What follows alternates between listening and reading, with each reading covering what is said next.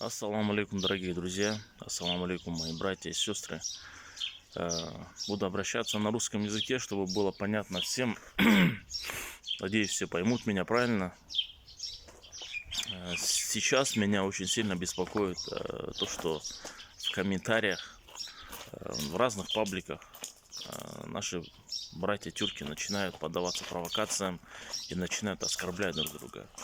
Если мы сейчас будем делиться, если мы сейчас будем враждовать между собой, то мы будем такими же слабыми, беззащитными, какими являемся сейчас, к сожалению. Если вы хотите, чтобы мы были сильными, если вы хотите, чтобы мы объединились в один большой союз, который составит огромную конкуренцию для России, для Китая, для Запада, если вы хотите, чтобы мы были едины, то убедительно вас прошу, прежде чем что-то писать, подумайте 100 раз. Не 7 раз, не 5 раз, не 10 раз, а 100 раз, ребята. Пожалуйста, подумайте хорошенько, что вы делаете. Поддавшись на эмоции, прочитав какую-то статью проплаченную, вы пишете гадости, или вы 100 раз подумаете и поймете, откуда растут ноги этой статьи, и напишите позитивный комментарий. И наоборот будете призывать к единству, наоборот будете призывать к миру. Братья мои, есть очень много больных точек между кыргызами и казахами, кыргызами и узбеками и другими народами, казахами с узбеками. И всячески этим сегодня манипулируют российские провокаторы, западные провокаторы. И если мы будем поддаваться на данные провокации, то у нас с вами ничего не получится.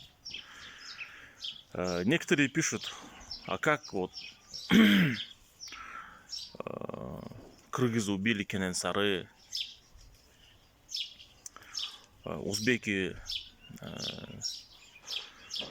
оккупировали Кыргызстан, т.д. и т.п. Да, враждовали бывало, а бывало, когда мы составляли единый союз.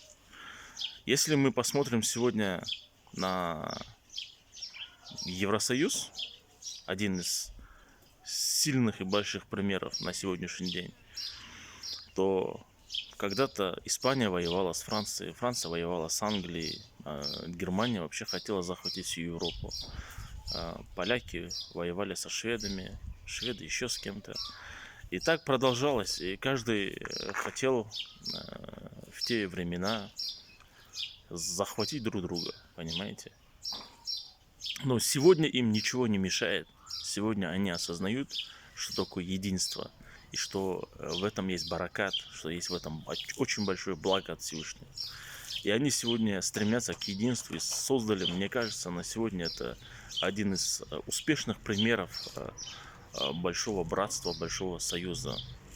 И сегодня европейские народы создали просто, я не скажу, что империю, да, я скажу, что союз, на самом деле союз. И сегодня вот очень много у меня друзей дальнобойщиков, которые ездят по Европе, и они рассказывают, как они проезжают границы Германии, Швейцарии, и нет никаких границ, просто ездят друг к другу, нету пограничников, никто не стоит там, понимаете?